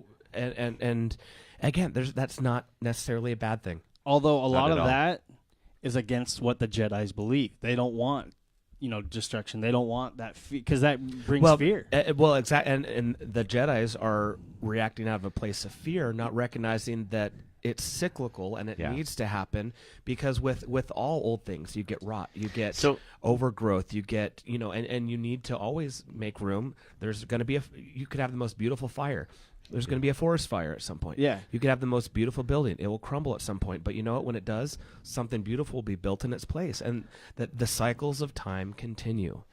And that's why it's hard with the light and the dark, because they almost both do need to happen. So I want to get into the idea of the Jedi a little bit. And it's I think that actually could be what the theme of episode 9 ends up being, is the idea that this whole idea that we thought the Jedi was a good thing up to this point is actually not a good thing. It was up until it matured and then started getting cancerous. Mark Hamill compared that I think it was Mark Hamill that said this, that his scene of dying and I'm spoiling again, but spoiler alert, there are from a movie many a year spoilers ago. in this show. But at the end of episode 8, where he dies, that was him as an addict going through the process of dying from an addiction. Yeah. And his Jedi became an addiction. He had to completely shut off the Jedi that he hadn't do it. He hadn't partaken of that drug in years and years and years, and then all of a sudden he took a huge dose all at once, and it killed him. Made him blink out. Yeah. That I hadn't looked at it that way, and with recovery and addiction and everything like that, that is exactly because he did step away from the Force, and a lot of people are like, why didn't he know about Rey? Why didn't he know? Because he stepped away from the Force. He disconnected himself completely from the Force, so he had no Force feelings, no Force anything. He couldn't feel Leia. He couldn't feel Han's death. He couldn't feel these things, that a lot of these questions that people had, because he had distanced himself. And then when he did jump back in and took full force, it killed him. I do love the beauty of it, though. So we started his journey out. Well, looking over the two sons. But Leia, his sister, sent a holographic message that she needs his help. And in the very end, he sent his basically holographic self to help his sister to kind of close out. So it's basically like, right, and again, the hero with the thousandth journey. Your journey ends where it began. Yeah. Oh yeah. And episode 9, I think, is going to be the process of. I think we're going to learn about the idea that the Force can exist without the Jedi. That's something Luke didn't master, and I think Rey is going to master. In that you don't need religion, you don't need these overlying set rules on how to do things to make your true self come out. Yeah. And the thing is, you don't need to be a Skywalker to have the Force. You don't need. No. I mean, that's a lot of people are kind of forgetting. That's where that. Rogue One kind of gets into. Well, and the thing with the Skywalkers is because it began through Anakin, and then such a concentration of power, wrapped in with fear, started that the imbalance. Yeah, and so it's almost like the Skywalker line was the imbalance that was needed to destroy, but then also itself needs to be destroyed. I would love to see a completion of the idea. What's the name of the guy that does I'm one with the Force is one with me in Rogue One? Whatever his name is, I would love to see a completion of that idea of where you have people out there trying to become one with the Force who aren't necessarily Skywalkers, aren't necessarily Jedis, and a realization in episode 9 that anyone has access to that, and you don't even have to try to get access to it. And I'd love to see that connection come in, because to me that would fulfill this overarching idea that we all have access to this overlying light that is out there. Yeah. This universe that is infinite, that we can have infinite potential in. I really do. That's beautiful. And again, finding that balance, rejecting fear, looking to hope. These are all things that we talk about regularly on church. Fear will be the ultimate destroyer. When you place your hope and your foundation on the elements of fear, it's going to lead you to a dark side of imbalance. Embracing, looking for that hope, looking for that joy, and recognizing our full potential without being under the thumb of oppression. Those are the stories of lives that we all face. We all will have our empire, we'll all have our order. Whether it's a church, your place of employment. For me, it was the United States military when I was a soldier. We will always have that, and we could find those parallels in the mythology that we. By looking to these mythological stories like Star Wars, like the Marvel Universe, all these different things, by looking to them as we can see ourselves in there and play out these thought exercises of how we can reach our fullest potential. We don't have to make the same mistakes Luke made or Darth Vader made or Anakin made. I could recognize, I'm headed down that same path. That's not where I want to go. And I think that's one of the amazing things about mythology. Preach, Reverend Fairy God, bro. You're listening to Comic.Church on KTALK. Make sure you subscribe to our podcast, and we'll see you next week. Thank you. Thank you. time of celebration, not obligation. That's why we think annual fees are ridiculous. And now, just for giving us a try, we're going to give new card members a 1-year anniversary gift they'll never forget. At the end of your first year, we'll match all the cash back you've earned dollar for dollar. No caps and no catches, because we know if you try us, you'll like us. And that's worth every penny. Try it and believe it at discover.com/match. Cashback match offer only for new card members. Limitations apply. Whether it's for weight loss, blood sugar control, or just overall health, millions of people have been helped by low-carb diets, also known as ketogenic diets. But for most people, it's hard to get the right balance of protein and nutrition needed to succeed, especially when on the go.